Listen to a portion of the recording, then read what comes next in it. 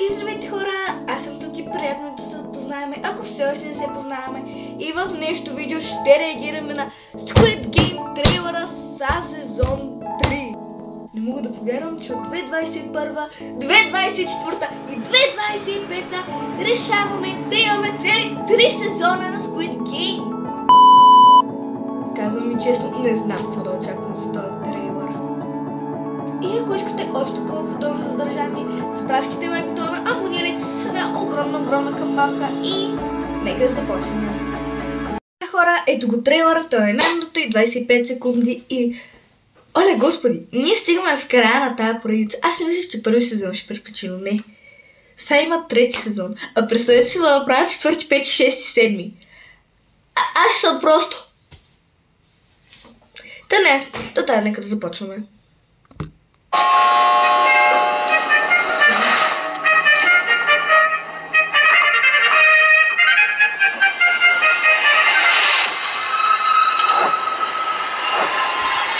Много ми е интересно къде е Player 456. Още да сте го показали. I don't know.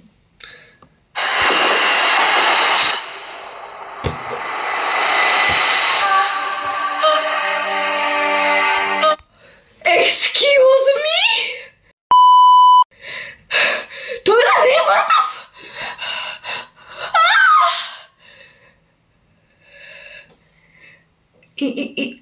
И да фък! Някакви нови игри ще има! Хипертаки!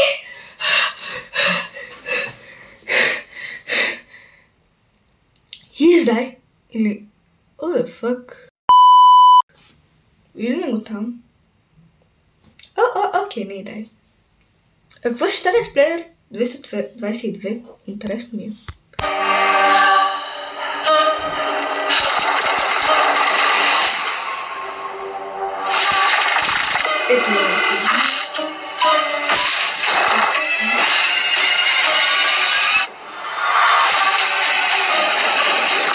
Бабата и синът в различни отбори!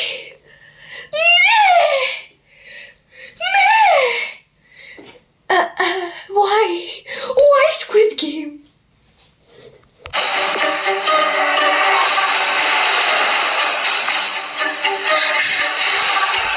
Трябва слънце се бие. Вау!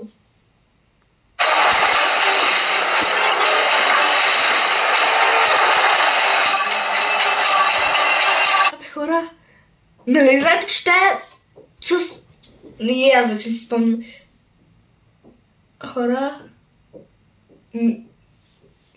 Не искам да спойлервам. Ако това се окаже истина, много съжалявам за спойлера. Но мисля, че той се е бил с тези хора. Метали се от лодката, той докара лодката сам до този брег. Стигнал до брат си. Тоя гардена жена, където си търсеше децето от не знам си аз коя Корея. Той му помогна да влезе да спаси хората.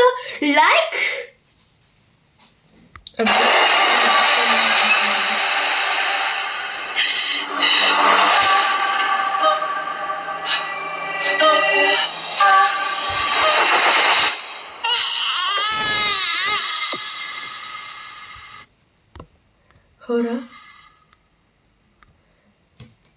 гайс, това ще бъде точно. Всъщност, кой май сме днес? 21 май сме. Това ще бъде след по-малко от месец пуснато. Лятото. I'm in total shock. Трейлърът ме докара до тотален шок, до параноя и до нетърпение.